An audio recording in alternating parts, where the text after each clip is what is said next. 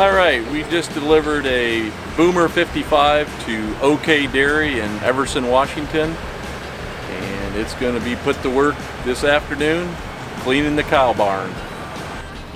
They have previously bought, this will be their third Boomer series tractor. They started with a Boomer 45 and now it's a Boomer 55, just went to a little more horsepower. But it's been reliable. They depend on it 6 hours a day for keeping the cow barns clean. So that's why they chose New Holland, and Brim Tractor takes care of them. In that farm they probably have about 4 tractors that they rely on daily to feed the cows, clean the put bedding down for the cattle in the stalls, scrape the barn out, and just take care of things. Yeah, 4 to 5 tractors a day to keep a dairy going. And they have 2 dairies that they run, so you can almost double that amount of equipment.